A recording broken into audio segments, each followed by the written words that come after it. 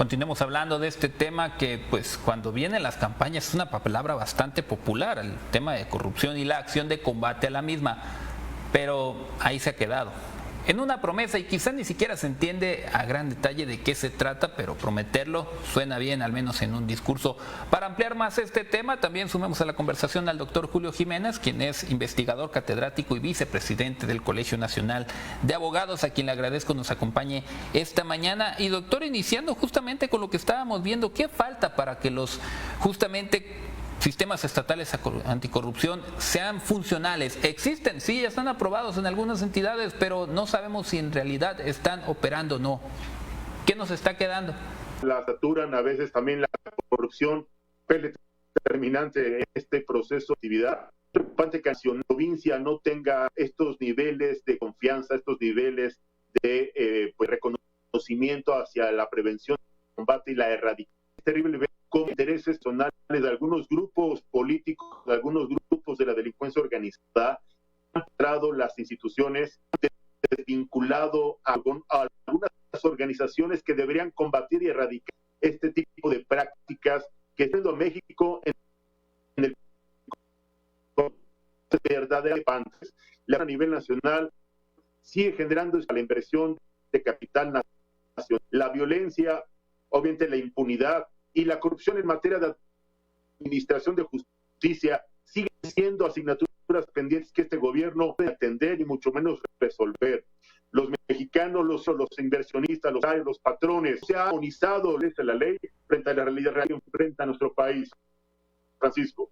Sí, es un escenario complejo, sobre todo, sabe, porque lo que hemos estado escuchando en los últimos años es de que hay supuestos compromisos, demasiada seriedad que debe de existir en este caso. Sin embargo, pues, lo malo es que no alcanza a llegar justamente al objetivo claro y como usted también dice, pues hasta parece están infiltrados desde el sentido de los intereses que estos se puedan estar trastocando, las propias instituciones y hasta grupos criminales. ¿Por qué es tan complejo entonces sacar y arrancar de raíz? ¿Qué tanto cuenta la participación y sobre todo el comportamiento social para que la corrupción de verdad se pueda terminar, doctor?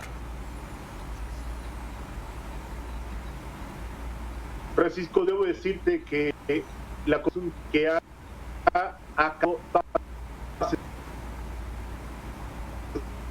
que se ha vuelto una recurrente de la población en donde históricamente. Muchas gracias, Francisco. Muy amable, perdón, pero es que andamos trabajando precisamente aquí en la provincia, andamos en varios estados de la República Mexicana atendiendo jurídicamente como litigantes, como postulantes a algunas personas que han sido víctimas precisamente de la corrupción, han sido víctimas de la simulación de algunas autoridades y que son constantemente víctimas de la extorsión, de la amenaza, la intimidación de malos servidores públicos que evidentemente no entienden o no han querido entender que México está cambiando o que busca cambiar en materia de sistema nacional anticorrupción.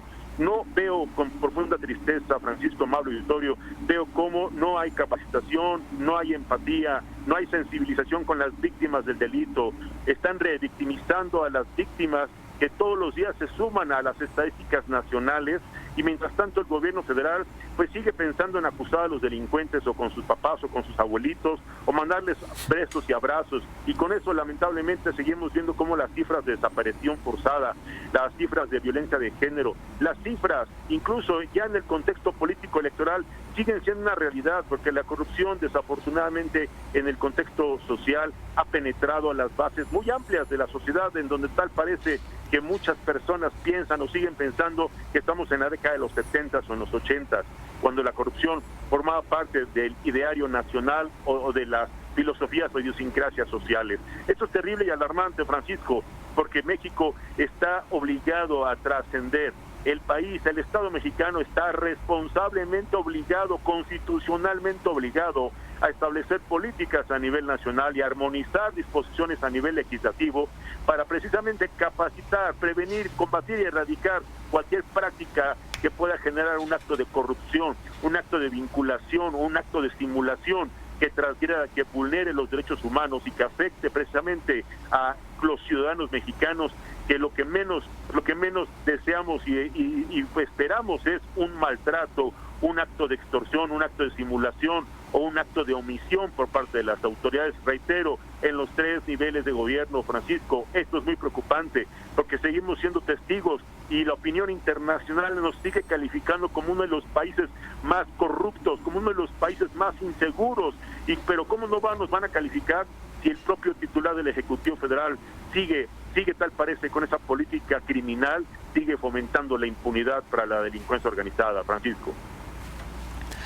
Doctor, le agradezco mucho que nos haya podido acompañar y sobre todo escuchar esta perspectiva que nos dejas, porque ahí están todos los problemas existentes, los está apuntando exactamente desde dónde puede radicar y creo que tiene bastante sentido el por qué no avanza este combate a la corrupción. Insisto, suena muy bien en los discursos políticos, pero lo malo es que de ahí a las acciones no pasamos. Que tenga un excelente fin de semana, doctor, y gracias por esta labor que nos dice estar realizando, porque sí, urge para todo el país que alguien pues se dé la tarea de acompañar y sobre todo evidenciar el problema que existe ante la corrupción.